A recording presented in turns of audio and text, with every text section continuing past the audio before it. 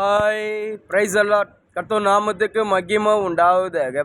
இன்றைய வேத வசனம் மார்க்கு சுவிசேஷம் 11ஆம் அதிகாரம் 14ஆம் வசனம் நமக்கு இப்படியாக சொல்லப்படுது. அப்பொழுது இயேசு அதை பார்த்து, இது முதல் ஒரு காலம் ஒருவனும் இடத்திலே கனியை புசியாதிருக்க கடவான் என்றார். அதை அவர்களுடைய சீசர்கள் கேட்டார்கள். அதாவது பார்த்தீங்கன்னா ஏசப்பா எருசலேம் என்று பெரிய ஒரு தலைநகரத்தில் பெத்தானியா ஒரு சின்ன கிராமம் இருக்குது. அந்த கிராமத்தில் பார்த்தீங்கன்னா ஏசப்பா அந்த கிராமம் ஃபுல்லாக சுற்றி வர்றார். அநேக இடத்துல அந்த கிராமத்தை சுற்றி பார்க்குறாரு. அநேக இடத்துல கர்த்தருடைய வசனத்தை போதிக்கிறார். அநேக ஜனங்கள் ஒரு வசனத்தை கேட்குறாங்க.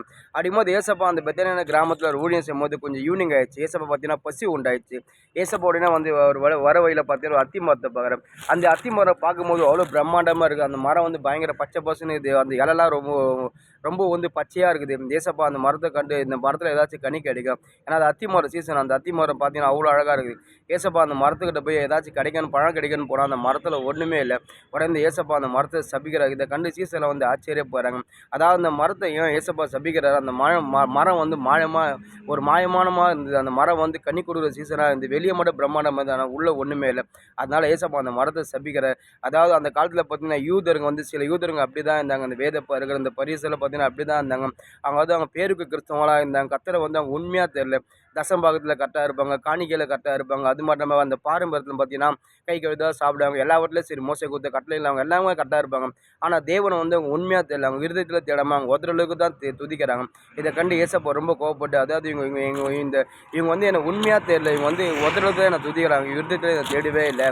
அதனால இவங்களோட ஆராதனை கூட அருவருப்பாக சொல்லி ஏசப்பா சில யூதர்களை பார்த்து சொல்கிறாரு, இன்றைக்கி நம்மளோட வாழ்க்கையில் நம்ம ஆண்டோடைய பிள்ளையாக இருக்கும்போது நம்ம ஒன்று நம்ம கர்த்தருக்கு மாயமான வாழ்க்கையை வாழ்ந்தாக்கா நம்ம கர்த்தரிடத்தை எதுவுமே பெற முடியாது. நம்ம கர்த்தருக்கு உண்மையாக வாழ்ந்தா நிச்சயமாக நம்ம கர்த்தரிடத்தை எல்லாவற்றையும் பெற்றுக்கொள்ள முடியும். வேதம் சொல்லி நீங்கள் விசுவாசமாக ஏசப்பா நம்பி நீங்கள் எது கட்டல வச்சுக்க அவர் நிச்சயமாக கொடுப்பாராம். மழை நீங்கள் கடுகளுக்கு விசுவாசமாக இருந்து இந்த மழையை பார்த்து நீ பெய்ந்து சமுத்திரம் தள்ளு உண்டு போன்னு சொன்னால் அது சொன்னபடி ஆகும். நீங்கள் சந்தேகப்படாமல் ஒருத்தரோட கர்த்தருடைய வார்த்தை சந்தேகப்படாமல் நீங்கள் கர்த்தர் மேலே சந்தேகப்படாமல் நீங்கள் எதை கேட்கலாம் அது நிச்சயமாக அதை பெற்றுக்கொள்வீங்க.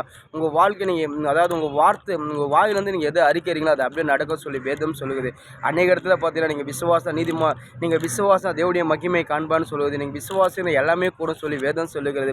விசுவாசம் இல்லாத தேவனிடத்தை எதுவுமே நம்ம பெற்றுக்கொள்ள முடியாது. விசுவாசம் இல்லாத தேவனை பிரியப்படுத்தக்கூடாத காரியம். விசுவாசம் எல்லாமே கூடும். விசுவாசம் நீதிமான் படைப்பான்னு சொல்லி ஒன்று கர்த்தர் நம்ம எதிர்பார்க்கறதுல விசுவாசம் தான். நீங்கள் விசுவாசம் கர்த்தருக்கு நீங்கள் உண்மையாக அதிகாரத்தில் கர்த்தருக்கு கொடுப்பாரு. அதாவது விசுவாசம் இல்லாமல் நீங்கள் அதிகாரத்தில் சீரியஸாக எதுவுமே பெற முடியாது. அது மாதிரி நம்ம பேருக்கு நம்ம கிறிஸ்தவங்களாக நம்ம ஆண்டுடைய பிள்ளையாக இருந்து நம்ம எப்போவுமே சரி கர்த்தர் நம்ம உண்மையாக தேடணும். அவர் எப்போவுமே கர்த்தருக்கு நம்ம உண்மையாகவும் கர்த்தருக்கு பிரியமும் கர்த்தருக்கு நீதியும் கர்த்தருக்கு நம்ம பரிசுத்தமாக வாழும்போது நிச்சயமாக நம்ம கர்த்தர் நம்ம வாழ்க்கையில் எல்லாவற்றையும் கொடுப்பாரு. அதாவது நம்ம ஆண்டுடைய பிள்ளையாக இருந்து நம்ம கர்த்தருக்கு பிரியம் இல்லாமல், அதாவது நம்ம பரிசுத்தம் இல்லாமல், கர்த்தருக்கு நீதியாக இல்லாமல், கர்த்தருக்கு நம்ம உண்மையாக இல்லாமல், அதாவது நம்ம பைபிள் வாசிக்காமல், நம்ம கர்த்தருடைய ஒரு நாள் நம்ம கர்த்தருடைய ஆலயத்துக்கு போகாமல் கர்த்தர் நம்ம உண்மையாக தெரியல நம்ம வாழ்க்கையில் எதுவுமே கிடைக்காது. அந்த யூதர்கள் அப்படி தான் இருந்தாங்க. அவன் பேரு கிறிஸ்தவங்களாக இருந்தாங்க. ஆனால் கர்த்தரை அவங்க உண்மையாக தெரியல. எல்லாவற்றிலையும் சரி அவங்க பாரம்பரியத்தில் கரெக்டாக தாங்க நினச்சி தேவன் அவங்க இருதயத்தை தெரியல. அதனால் அவங்க வாழ்க்கையில் எதுவுமே பெற முடியல. இனி நம்மளோட வாழ்க்கையில் நம்ம ஆண்டு நம்ம உண்மையாக இருதயத்தில் நம்ம தேடும் போது நம்ம எல்லாவற்றையும் பெற்றுக்கொள்வோம். உண்மை இல்லைன்னு நம்ம கர்த்தரை எதுவுமே பெற முடியாது.